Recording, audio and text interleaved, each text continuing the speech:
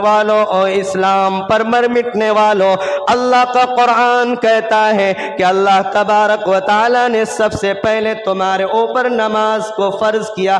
الذین یؤمنون بالغیب ویقیمون الصلاۃ، اگر تم غیب پر ایمان لے کر آ گئے، اللہ پر ایمان لے کر آ گئے، تو اب تمہارے اوپر لازمی ہے کہ تم نماز کو قائم کرو۔ اللہ نے تمہیں پاکیزہ رزق عطا فرمایا، اللہ نے جو تمہیں مال دی، اللہ نے جو تمہیں دولت عطا فرمائی، ان دولت سے، ان مالوں میں سے اللہ کے راستے میں خرچ کیا کرو۔ پہلی چیز جو اسلام کی بنیاد رکھی وہ توحید اور ایمان پر، اس کے بعد نماز پر، اس کے بعد زکوٰۃ پر، اس کے بعد رمضان المبارک کے روزے پر، اور اس کے بعد حج۔ یہ 5 ارکان ہیں جو اسلام کی بنیادی جز ہے۔ اگر ان 5 چیزوں میں سے کسی ایک کا بھی اگر آدمی انکار کر دیتا ہے وہ اسلام سے خارج ہو جاتا ہے، اسلام کے اندر ان کو کوئی جگہ نہیں ملنے والی۔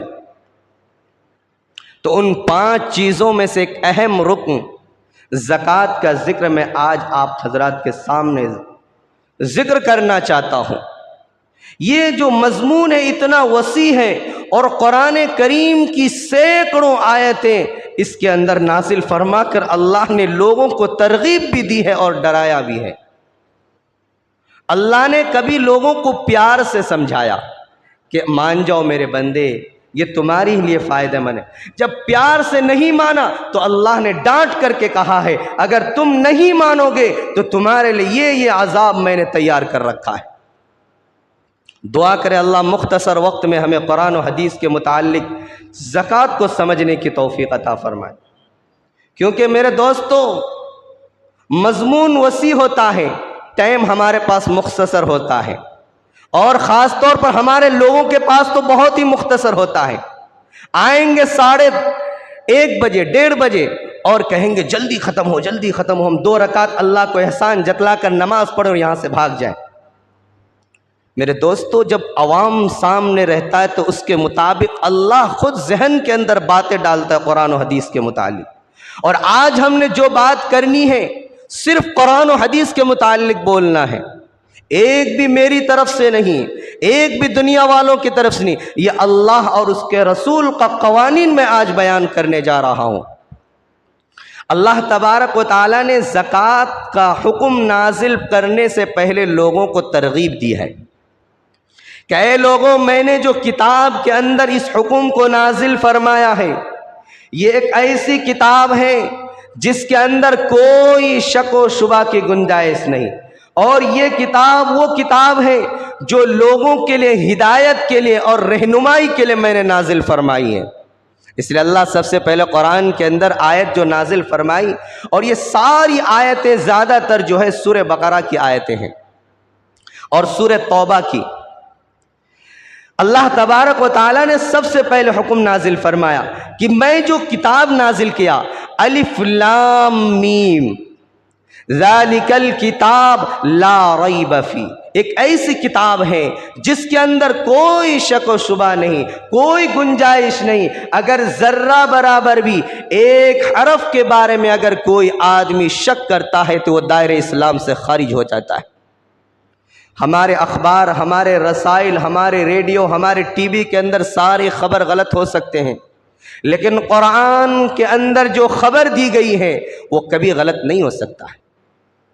اس لیے اللہ اپنے کلام پاک میں ارشاد فرماتا ہے ذَلِكَ الْكِتَابُ لَا رَيْبَ فِيهِ هُدًى لِّلْمُتَّقِينَ، اے ایمان والو، اے مسلمانوں، یہ جو کتاب میں نے تمہارے اوپر نازل فرما دیا، اس کتاب کے اندر تمہارے لئے رہنمائی ہے، تمہارے لئے ہدایت کا راستہ ہے۔ الَّذِينَ يُؤْمِنُونَ بِالْغَيْبِ وَيُقِيمُونَ الصَّلَاةَ وَمِمَّا رَزَقْنَاهُمْ يُنْفِقُونَ،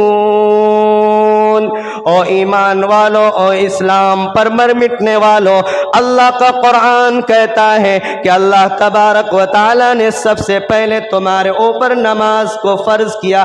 الذین یؤمنون بالغیب ویقیمون الصلاۃ، اگر تم غیب پر ایمان لے کر آ گئے، اللہ پر ایمان لے کر آ گئے، تو اب تمہارے اوپر لازمی ہے کہ تم نماز کو قائم کرو۔ وہ اللہ نے تمہیں پاکیزہ رزق عطا فرمایا، اللہ نے جو تمہیں مال دی، اللہ نے جو تمہیں دولت عطا فرمائی، ان دولت سے، ان مالوں میں سے اللہ کے راستے میں خرچ کیا کرو، اللہ کے مساجد کو آباد کیا کرو، اللہ کے مساجد کو آباد کرو، اللہ کے مدارس کو آباد کرو، جو امت کے اندر غربا حضرات ہیں ان کا بھی خیال رکھا کرو۔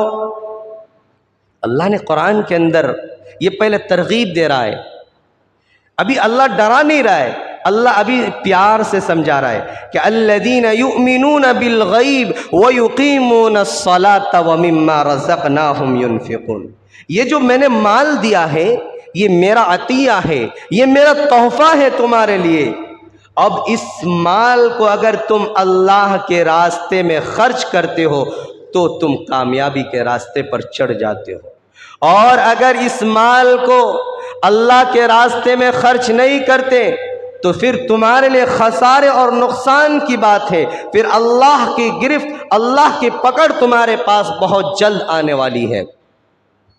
اور اس پر میں ایک واقعہ سناؤں گا، اور یہ واقعہ کوئی عام واقعہ نہیں، ایک اللہ کے صحابی، اللہ کے نبی کے صحابی اور قرآن کا واقعہ ہے، بالکل سچا واقعہ، جو ذرہ برابر بھی قرآن کی آیت سے ہٹا تو اللہ نے دنیا کے اندر اس کو ذلیل و رسوا کر دیا۔ اللہ آگے فرماتا ہے کہ اے لوگو، یہ زکوٰۃ جو تم سوچتے ہو کہ اگر ہم اپنے مالوں کا زکوٰۃ نکالیں گے تو ہمارا مال گھٹ جائے گا، ہم پر غربت آ جائے گی، بلکہ زکوٰۃ دینے سے مال گھٹتا نہیں، مال بڑھتا ہے۔ اور جب تم زکوٰۃ نکالتے ہو، زکوٰۃ کے معنی آتا ہے پاکی اور صفائی کے، تمہارے مال کو پاک کرتا ہے اللہ، صاف کرتا ہے۔ قد افلح من تزکا وذکر اسم ربہ فصلی، اللہ فرماتا ہے کہ تم اپنے مالوں سے زکوٰۃ نکالو اور اللہ کا ذکر ادا کرو۔ وہ لوگوں اپنے مالوں کو سمیٹ کر کے رکھنے کے بعد اس کے اندر بخل نہ کرو، کنجوسی نہ کرو، جو دیا ہے اللہ نے اس پر جتنا خرچ کرو گے اتنا ہی اللہ تمہارے اور مالوں کے اندر اضافہ کرے گا۔ اور ہم نے اپنے آنکھوں سے بہت دیکھا ہے کہ جو جتنا اللہ کے راستے میں خرچ کرتا ہے اللہ اس کو اور زیادہ آسمان کی بلندیوں پر چڑھاتا ہے۔ اس لیے میرے مسلمانوں، ہمیں عبرت کا موقع ہے، عبرت کا مقام ہے۔ اور آگے اللہ فرماتا ہے وَأَقِيمُوا الصَّلَاةَ وَآتُوا الزَّكَاةَ وَارْكَعُوا مَعَ الرَّاكِعِينَ، اللہ کا قرآن فرماتا ہے اے لوگو، نماز قائم کرو، رکوع کرو، سجدہ کرو، اور اس کے ساتھ ساتھ اپنے مالوں کا زکوٰۃ بھی ادا کرو۔ اگر تم نیک لوگوں میں شمار ہونا چاہتے ہو، اگر تم اچھے لوگوں میں تمہارا شمار کرانا چاہتے ہو تو یہ چیز جو قرآن تمہیں بتا رہا ہے، یہ ابھی اللہ ترغیب دے رہا ہے، ڈانٹ نہیں رہا ہے۔ آگے اللہ کی جو آیتیں ہیں نا، اتنا خطرناک ہے کہ ان آیتوں کے اندر جو اللہ نے وعید کو بیان کیا ہے، عذاب کو بیان کیا ہے، دل دہل جاتا ہے، خوف زدہ ہو جاتے ہیں کہ اگر یہی آیتیں سن کر حضرت عمر فاروق، حضرت عثمان غنی، حضرت ابو بکر کو رات کے اندر نیند حرام ہو جایا کرتے تھے، اگر ان کے اندر ایک سیر کھجور بھی آ جاتا تھا تو جب تک اس کھجور کو صدقہ نہ کرتے تھے وہ راتوں کو سوتے نہیں تھے، کیونکہ ان آیتوں کو سن کر کے ان کے دل کانپ جاتے تھے، لڑک جاتے تھے۔ اس لیے امت مسلمہ کی ماں اور بہنوں اور ہمارے بزرگوں، نوجوانوں، اللہ نے جو دیا ہے اس میں سے ہمیں خرچ کرنا بھی ہے۔ اللہ تبارک و تعالی آگے کی آیت میں فرماتا ہے انما الصدقات للفقراء والمساکین والعاملین علیہا والمؤلفۃ قلوبہم وفی الرقاب. وفی آیت کے اندر فرماتا ہے کہ اللہ نے جو تمہیں مال دیا ہے، یہ صدقات جو تم کرتے ہو، یہ لوگوں کے لیے ہے، غریبوں کے لیے، فقیروں کے لیے، مسکینوں کے لیے ہے، امت کے فقراء کے لیے ہے. اور جو تمہارے اندر تمہارے رشتہ داروں میں جو اعزاء و اقارب جو غریب ہیں، ان کا بھی تم خیال رکھا کرو، ان کی بھی نیک نگہبانی کیا کرو. اور امت مسلمہ کے اندر جو دینی لائن سے جتنے ادارے چلتے ہیں اس کا بھی خیال رکھا کرو، کیونکہ اس کے اندر غریب ہوتے ہیں، مسکین ہوتے ہیں، فقیر لوگ ہوتے ہیں. اور یہی مال جب تمہارے ان کے پاس پہنچے گا تو اس سے ان غریبوں کا، ان مسکینوں کا بھلا ہو جائے گا. یہاں تک کی جو آیتیں تھی، آیتیں تو بہت ساری ہے، لیکن وقت نہیں ہے کہ میں اتنی ساری آیتیں آپ کے سامنے پڑھ کر کے سناؤں، کیونکہ جہاں جہاں بھی نماز کا ذکر فرمایا اللہ، وہاں زکوٰۃ کا بھی ذکر فرمایا. اب آگے کی جو آیت جو ہے اس کے اندر اللہ ڈراتا ہے لوگوں، اللہ دھمکی دیتا ہے تھوڑا، اگر نہیں کرو گے تو تمہارے اوپر پھر اللہ کی طرف سے پکڑ آئے گی، اللہ کی طرف سے عذاب تم پر نازل ہوگا.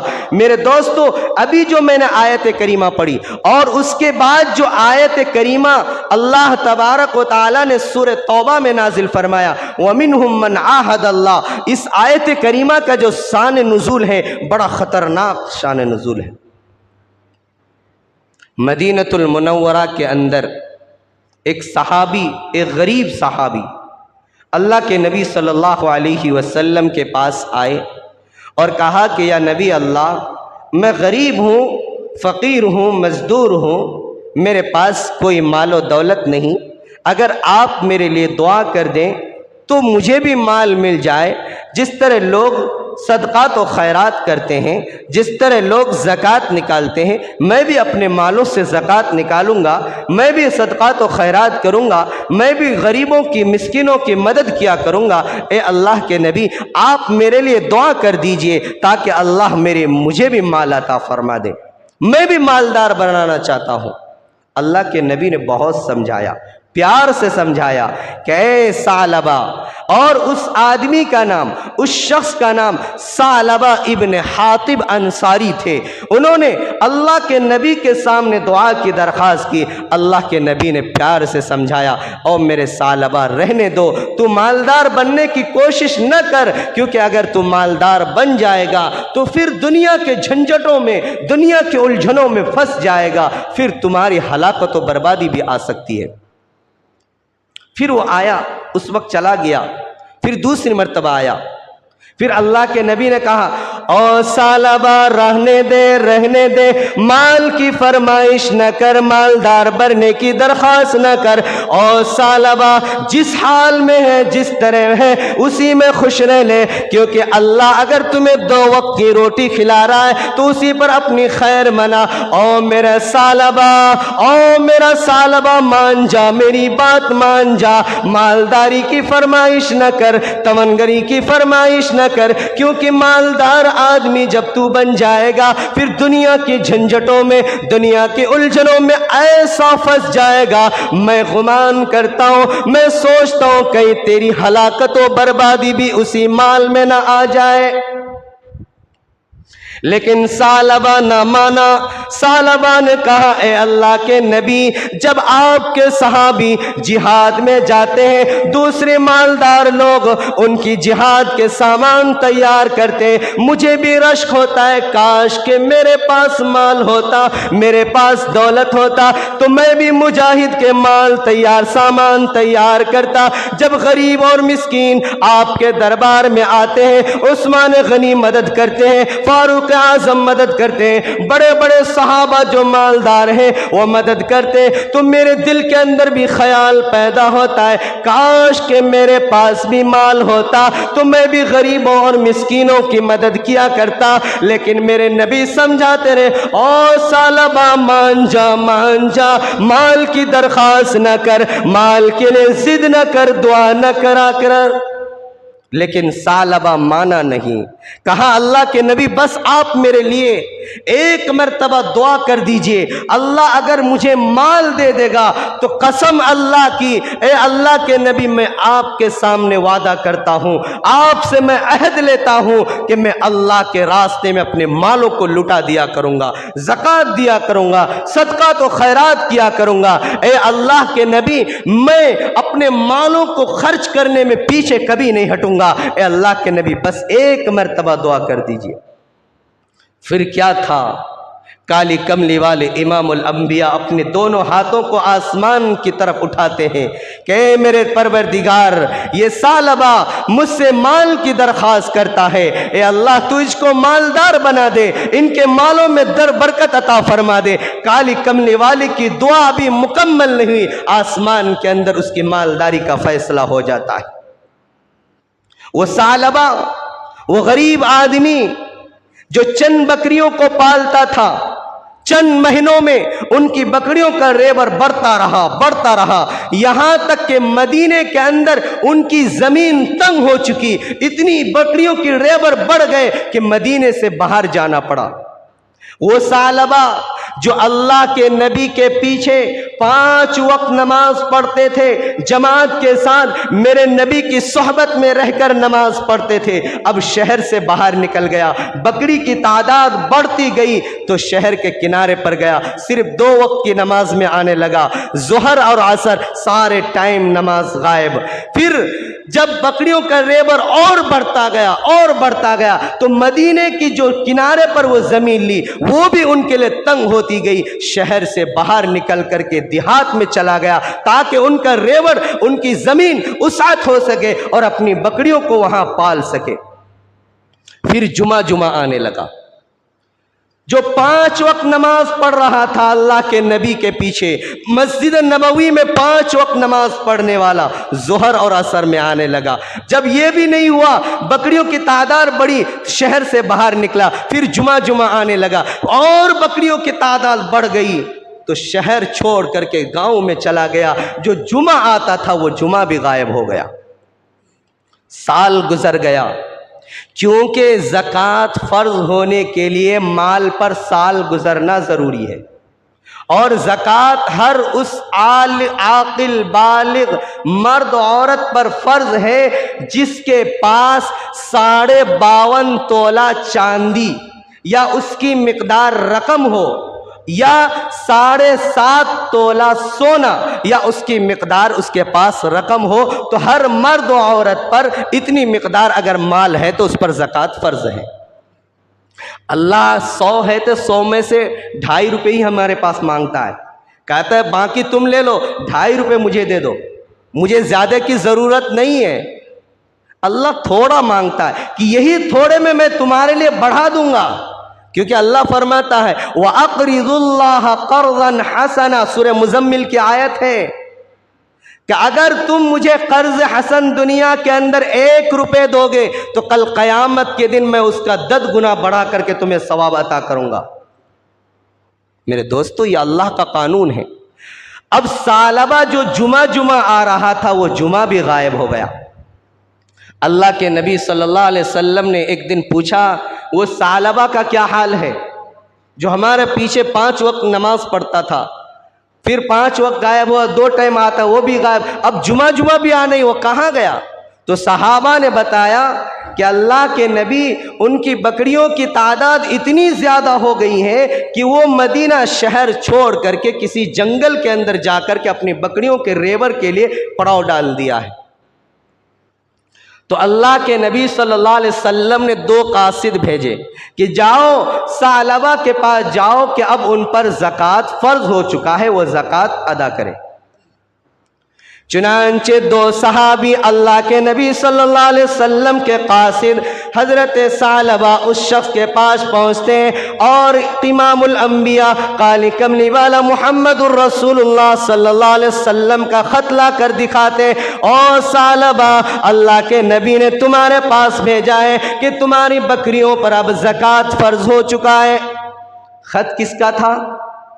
کسی گاؤں کے چودھری کا نہیں, کسی گاؤں کے پرائم منسٹر کا نہیں, کسی گاؤں کے بڑے مالدار کا نہیں, کسی گاؤں کے بادشاہ کا نہیں، شہر کے ملک کے بادشاہ کا نہیں، ارے خط اس کا تھا جو امام الانبیاء تھا، جس کو کائنات کا سردار بنا کر کے اللہ نے بھیجا تھا۔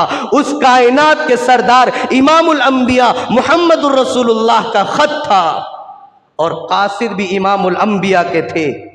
خط دیکھ کر ثعلبہ نے کہا، واہ رے بھائی واہ، میرا مال کیا بڑھا تھوڑا سا کہ میری مال پر تم نے نگاہ جما لیا، میرے مال پر تم نے ٹیکس لگانا شروع کر دیا، جو غیر مسلموں پر ٹیکس لگاتے ہیں، میرے مال تمہارے آنکھوں میں چبھنے لگی، میری بکریوں کے ریوڑ کیا بڑھ گئی کہ تم نے مجھ پر ٹیکس لگا دیا۔ نعوذ باللہ من ذالک، میرے نبی کبھی ٹیکس لگا سکتے ہیں؟ خطرناک الفاظ استعمال کیا، خطرناک۔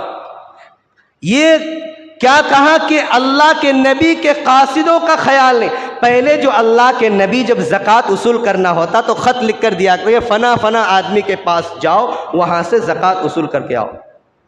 کم سے کم اللہ کے نبی کے خط کا تو لحاظ رکھ لیا کرتے، اللہ کے نبی کے قاصدوں کا تو احترام کر لیتے۔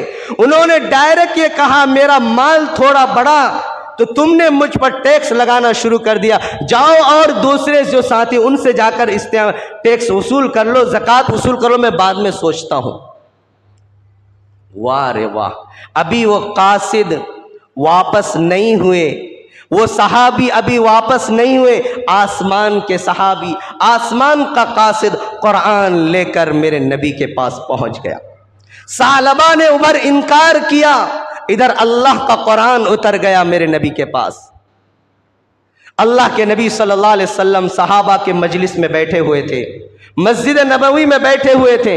اللہ کے نبی فوراً اپنی زبان مبارک سے صحابہ چونک گئے، اللہ کے نبی کی زبان سے بے اختیار نکل گیا، او میرے ثعلبہ آج تو ہلاک ہو گیا، او میرے ثعلبہ آج تو برباد ہو گیا، آج تیرا ناس ہو گیا، میں نے تمہیں بہت سمجھایا، بہت منع کیا، او ثعلبہ مال کی درخواست نہ کر، مالداری کی درخواست نہ کر، آج تو برباد ہو گیا، ہلاک ہو گیا۔ اللہ کا قرآن نازل ہو گیا، اللہ نے قرآن کے اندر یہ حکم نازل فرمایا، وَمِنْهُمْ مَنْ عَاهَدَ اللَّهَ لَئِنْ آتَانَا مِنْ فَضْلِهِ لَنَصَّدَّقَنَّ وَلَنَكُونَنَّ مِنَ الصَّالِحِينَ۔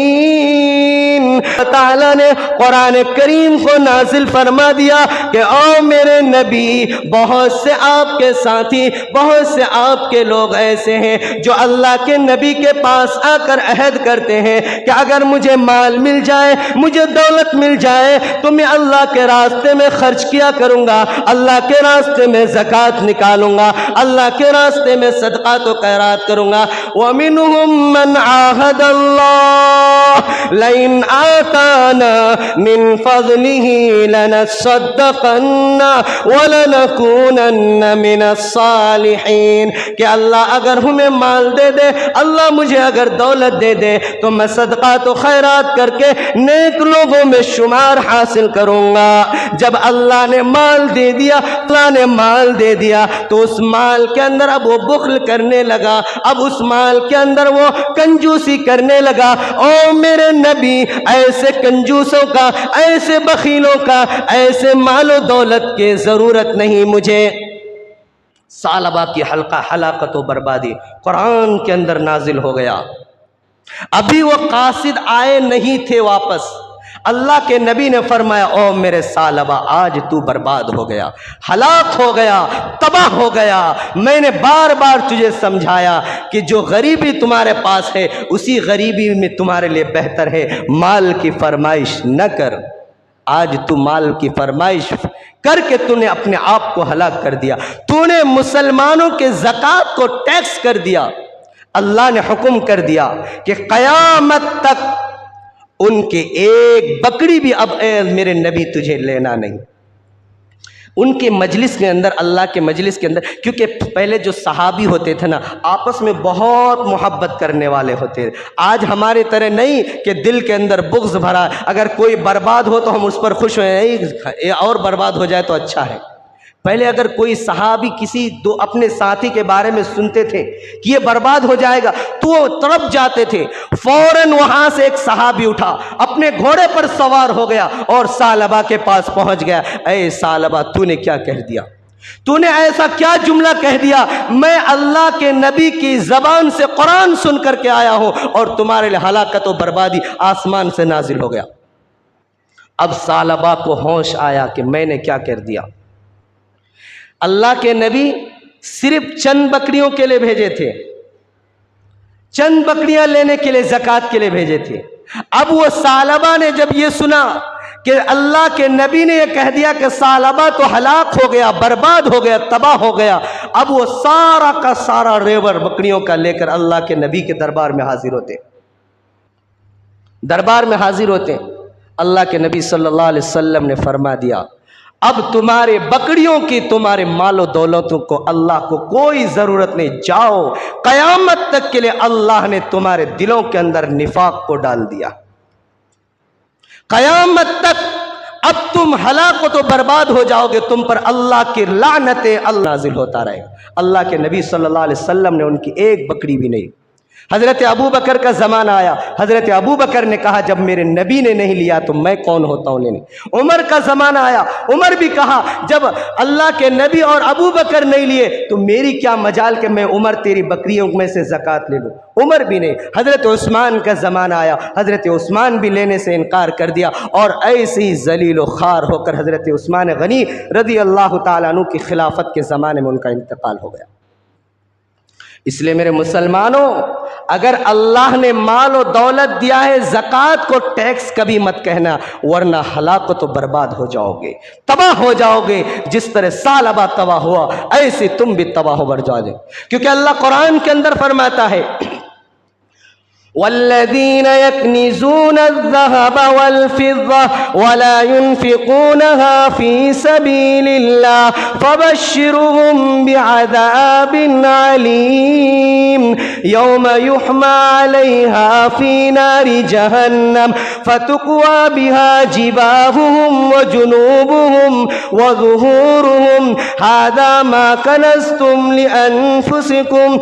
فرماتا ہے جو بھی مرد ہو یا عورت ہو اپنے پاس سونا چاندی کو جمع کر کر کے رکھتے ہیں، مال و دولت کو جمع کرتے رکھتے ہیں۔ اور میری پیاری ماں اور بہنوں، تم بھی کان کھول کر کے سنو، جو سونے اور چاندیوں کی حرص رکھنے والی عورتوں سنو، اللہ فرماتا ہے والذین یکنزون الذهب والفضة ولا ينفقونها في سبيل الله۔ اگر اللہ نے تمہیں مال و دولت دی، سونا چاندی اگر تمہارے پاس ہے، اگر ساڑھے 7 تولے سے زائد ہے تو اس پر تمہارا زکوٰۃ فرض ہے، اور اگر 52.5 تولہ چاندی سے زائد تمہارے پاس چاندی ہے یا اس کی رقم ہے تو تم پر بھی زکوٰۃ فرض ہے۔